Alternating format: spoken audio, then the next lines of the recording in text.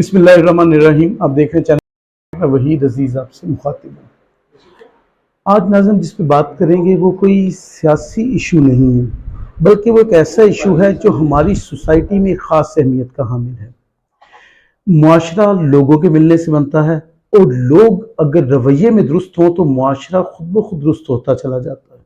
کچھ ایسی برائیاں ہوتی ہیں جو معاشرے کو نگل جاتی ہیں یا دیمک کی طرح اسے کھا جاتی ہیں، اسے کھوکھلا کر دیتی ہیں. ان برائیوں میں بہت سی چیزیں آتی ہیں سامنے. اگر ہم ایک ایک کا تذکرہ کرنے لگیں تو یہ وقت بڑا کم ہے کہ میں اس کی وضاحت کر سکوں. اس میں سے کسی ایک کو چن لیا جائے تو شاید کسی حد تک ان چند منٹ میں وہ بات کر سکوں. ایک بڑی برائی جو انسانی سوچ کے اندر گندھی ہوئی ہے، میں نے لفظ گندھی ہوئی اس لیے استعمال کیا کہ جب انسان کی تخلیق ہوئی تو انسان میں اللہ رب العزت نے دونوں طرح کی چیزیں رکھی. اس میں مثبت باتیں بھی تھی اور منفی باتیں بھی تھی.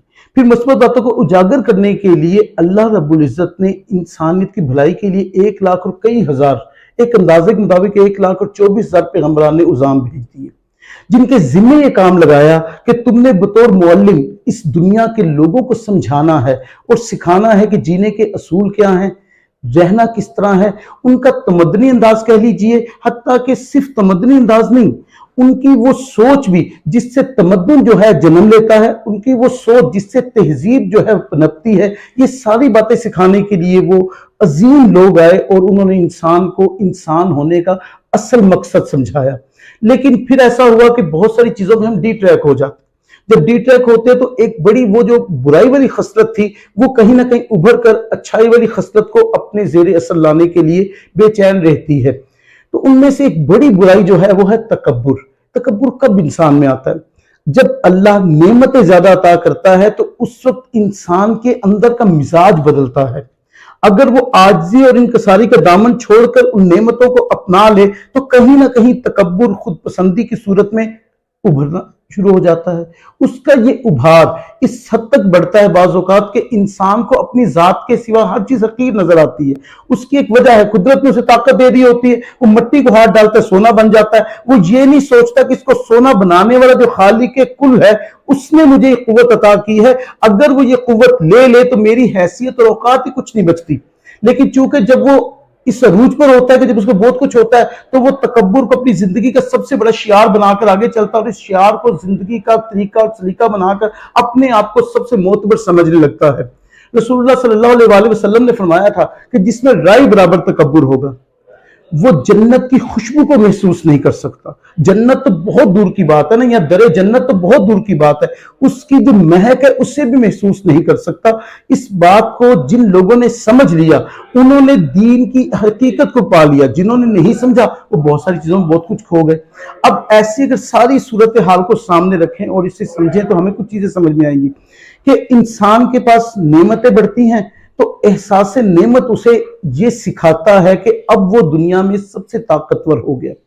سب سے طاقتور ہونا ایک وہم سے ہی، پھر اس وہم کو وہ عملی صورت میں لانا چاہتا ہے، دوسرے کو کم تر ظاہر کر کے، اپنے تکبر کو اپنی بلندی بنا کر، اور دوسرے کی کمزوری سمجھتا ہے کہ وہ میری سطح تک نہیں آیا. اب دوسرے کو کمزور سمجھنا اور ثابت کرنا، یہ آپ کہہ لیں تکبر میں اور عاجزی کے درمیان کے واقعات ہیں. آپ سمجھتے ہیں فلاں کمزور ہے تو ممکن ہے آپ میں ایک عاجزی کا جذبہ جاگ جائے کہ میں اس کے لیے کچھ کر دوں یہ بہتر ہو جائے. لیکن اسی کو جب آپ چھوڑ کر آگے بڑھتے ہیں، آگے بڑھنے سے مراد یہ کہ آپ یہ سمجھتے ہیں کہ میں نے اسے دبانا ہے، یہاں سے تکبر شروع ہو جاتا ہے.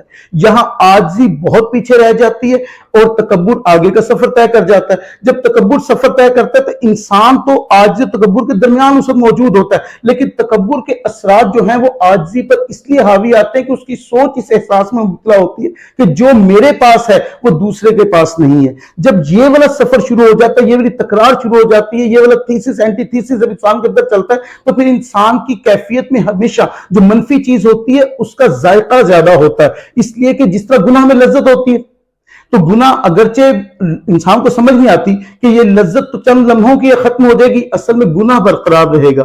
یہی کیفیت ہے جب انسان کسی کو دباتا ہے، اس کو اس احساس پر دباتا ہے کہ میں تم سے زیادہ طاقتور ہوں، میں تم سے زیادہ نعمتوں والا ہوں، میں تم سے زیادہ اس لیے حکمت والا ہو گیا ہوں کہ میرے پاس نعمتیں زیادہ ہیں، قدرت نے مجھ پر عنایت زیادہ کر دی. اب قدرت کا لفظ مٹا کر وہ یہ سوچتا ہے مجھ پر عطائیں ایسی ہیں اور ساری چیزیں میری دسترس میں ہیں. جب میری دسترس میں آ گئی ساری چیزیں تو پھر دوسرا میرے برابر کیسے ہو سکتا ہے، تو اس کو دبا کر وہ بار بار یہ احساس دلاتا ہے کہ میں قوت والا ہوں، میں زمین پر قوت والا ہوں، اور جب وہ زمین پر اپنے قوت والا ظاہر کرتا ہے تو وہ جو کمزور بنا ہوتا ہے اس کی آہیں بھی تو عرش باری تک پہنچتی ہیں، اور جب وہ پہنچتی ہیں تو وہ جو متکبر انسان ہے اس کا تکبر جو ہے، اس کی آہٹیں بھی وہاں واضح سنائی دے رہی ہوتی ہیں، تو پھر جو کیفیت ہوتی ہے کہ انسان اپنے راستے سے ہٹ چکا ہوتا ہے، وہ انسان نہیں رہ چکا ہوتا، وہ ایک طاقتور درندے کی صورت میں ہوتا ہے جو تکبر کی بنیاد پر دوسرے کو ختم کرنا چاہتا ہے، یا تکبر کی بنیاد پر کسی کو دبا کر اپنی بات کو اس پر ڈومینیٹ کرنا چاہتا ہے۔ ایک ڈومینیشن ہوتی ہے علمی بنیاد پر، ایک ڈومینیشن ہوتی ہے اس بنیاد پر کہ فلاں شخص میرے برابر نہیں آتا، یا فلاں شخص مجھ سے پیچھے اس معاملے میں، یہ والی جو کیفیت ہے یہ انکساری عاجزی کو نگل جاتی ہے۔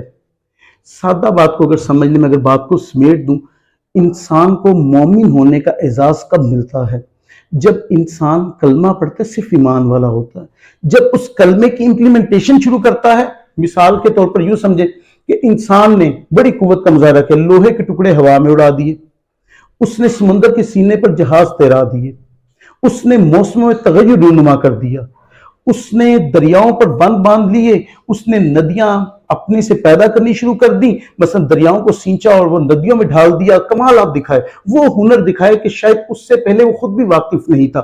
یہ سارے کام کرنے کے بعد جب اس کی پیشانی زمین پر ہوتی ہے اور وہ کہتا ہے کہ اللہ تو سب سے بڑا ہے، یہاں سے مومن کا سفر شروع ہوتا ہے۔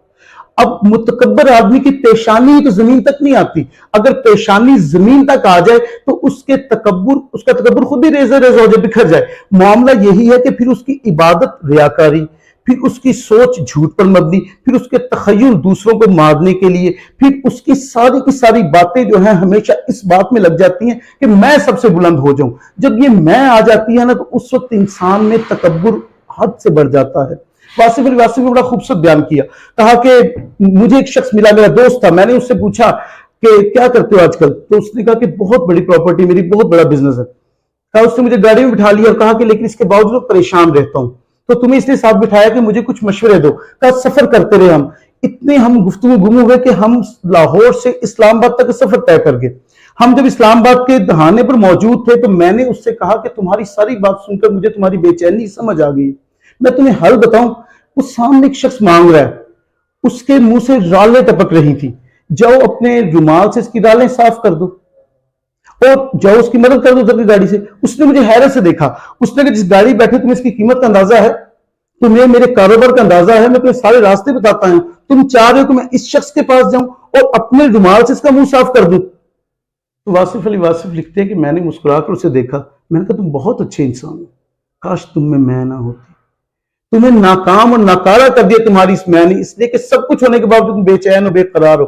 یاد رکھیں کہ جب کوئی بھی چیز اللہ کی شریعت کے منافی ہوتی ہے یا کہہ لیجئے کہ فرمودات مصطفیٰ صلی اللہ علیہ وسلم کے خلاف ہوتی ہے تو انسان جتنا مرضی اپنے کو دنیا میں سکسیسفل سمجھ لے، کہیں نہ کہیں وہ بے چین ہوتا ہے۔ یہ تکبر بھی انسان کو بے چین رکھتا ہے، ہمیشہ اونچا رہنے کا خواب، ہمیشہ دوسرے کو نیچا دیکھنے کا خیال، یہ انسان کی انسانیت کو نگل جاتا ہے۔ تو بنیادی طور پر انسان بننے کے لیے سب سے پہلے ضروری ہے کہ عاجزی اور انکساری کا وہ سبق پڑھا جائے جو کچے فرش پر بیٹھ کر پکے نصیب لکھنے والے نے ہمیں پڑھا دیا تھا۔ نہ سر پہ کوئی تاج تھا، نہ کوئی تخت تھا پیروں میں، اس کے باوجود بھی وہ دنیا کے سب سے بڑے انسان تھے۔ اور عاجزی انکساری کا عالم یہ تھا کہ اگر ایک معمولی سے معمولی شخص جو معاشرتی اعتبار سے ہو وہ بھی چل کر آتا تھا تو آپ جس طرح استقبال کرتے تھے اس کا، یہ کوئی محسوس نہیں کر سکتا تھا کہ تاجدار نبوت کا رویہ ایسا ہو سکتا ہے یا اس حکمران کا رویہ جس نے پہلی ریاست بنائی ہو جو فلاحی ریاست ہے۔ لیکن فلاح کا مطلب یہی تھا کہ جب آپ اپنی میں کو ختم کریں اور دوسرے کے لیے سوچیں تو پھر انسان حقیقت میں انسان بنتا ہے۔ ویڈیو اچھی لگی تو چینل سبسکرائب کیجئے گا، انشاءاللہ ایسی کسی ویڈیو کے ساتھ پھر ملاقات ہوگی۔ اپنا خیال رکھیے گا، فی امان اللہ۔